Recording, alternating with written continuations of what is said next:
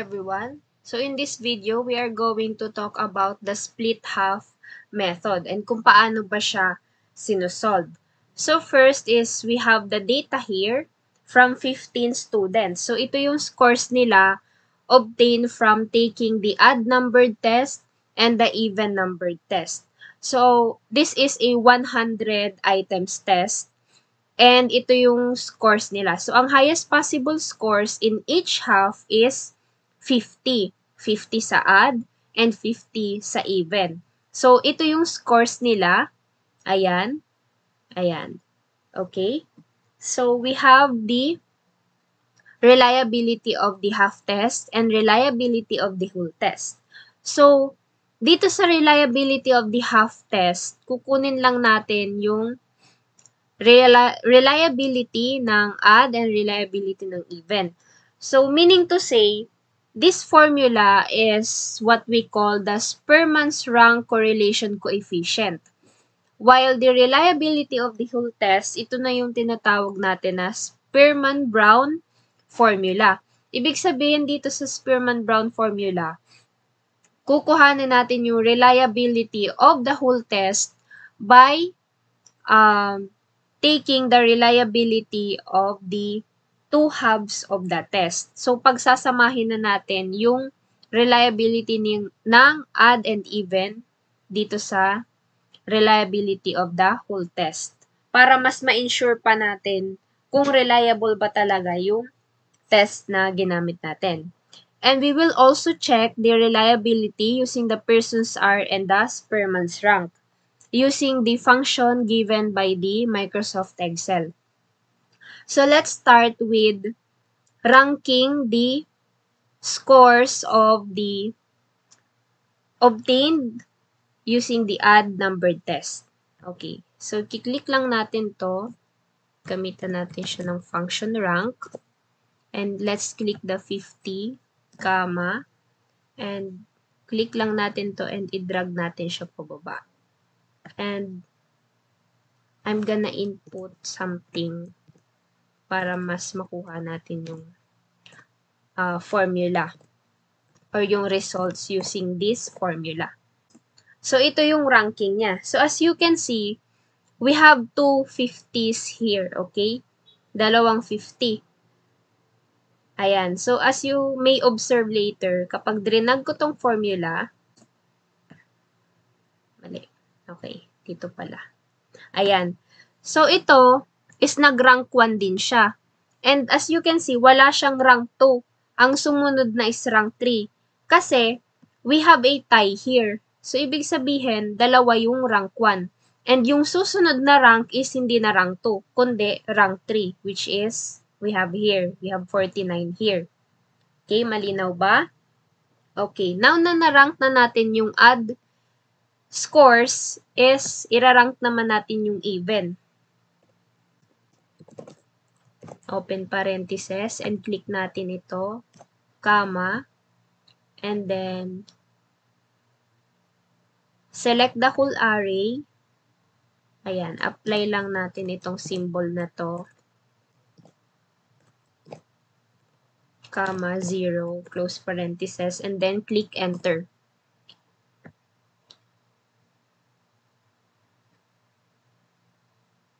Ayan, so ito naman yung ranking ng even scores natin.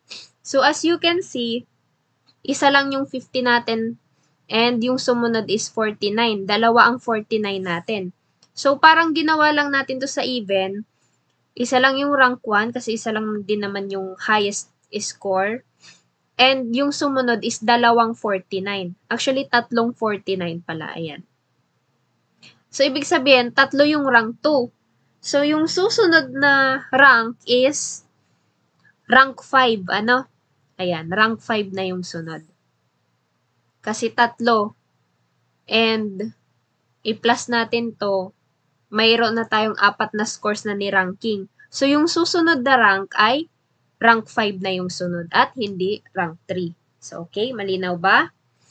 Ayan. So, we're going to get the difference of these two ranks. Okay?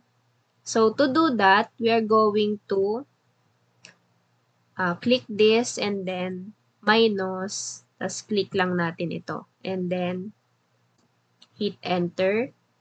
And para ma-apply siya dito sa lahat ng cells na to, we are going to drag this. Okay? Ayan. So, nakuha na natin yung difference between the ranking of the odd and the ranking of the even scores. Now, once na nakuha na natin yung difference, we're going to square them. Okay? Ibig sabihin, ito times natin ito sa sarili niya. Okay. Ayan. So, click enter. And, apply lang natin tong formula na to hanggang student 15. Ayan. And, nakuha na natin yung d squared. After we get the d squared, we are going to get the summation of d squared. Ibig sabihin, ipa-plus natin itong data na to hanggang dito. Okay, to do that, we are going to use sum, open parentheses, then click this, and drag lang natin siya hanggang dyan. So, we have 30. So, kapag plinas natin tong data na to, we will get 30. So, kumpleto na yung data natin, we will proceed to the computation using this formula. So, we have reliability of the half test is equal to 1 minus 6 times the summation of d squared all over n cubed minus n. So, para mas madali natin siyang isolve, is we are going to divide this formula into different parts. So, kunin natin muna yung numerator, which is the 6 times the summation of d squared. Again, this is the summation of d squared. So, we will have here 6 times the summation of d squared. So, i-click natin yung cell na ito. And then, click enter. So, we have 180 as our numerator. And computin natin itong denominator. So, yung n na sinasabi dito is the number of students. So, since we have 15 students, we will have 15 as our n. So, we have 15 times 15 times 15 minus 15. So, we will have 3,360 as our denominator. So, to compute for the reliability of the half test, we have 1 minus the numerator divided by the denominator. Okay. So, we have the reliability of the half test. We have 0.94642857. So, mataas na itong reliability na ito, ano? Since it is above 0.90. So, now, na nakuha na natin yung reliability of the half test, we will proceed to the reliability of the whole test. So, again, this is the Spearman-Brown formula. So, same lang ng ginawa natin is dinivide lang natin ang formula into numerator and denominator para mas madali natin siyang isolve. So, we have 2 times the reliability of the half test. So, 2 times the reliability of the half test. Now, click enter. So, we have 1.892857,143 as our numerator. So, yung denominator naman natin is 1 plus the reliability of the half test. Ayan, so click lang natin yan. So, we have 1.94642857,1 as our denominator. So, to solve for the reliability of the whole test, we will divide this one to the numerator. And then click enter. So, yung reliability of the whole test is mataas talaga siya. Now, so we have 0.9724777064. So, yung ibig sabihin, yung test na ito is reliable talaga siya. It has excellent reliability. Yung half pa lang is mataas, paano pa kaya yung whole test? So, okay, that's the manual computation using Microsoft Excel. Now, let us check sa Pearson's R kung mataas din ba yung ano niya, correlation or yung reliability. So, let's say na you only have this data, the odd and the even. So, pwede mo siyang gamitan ng Pearson's R.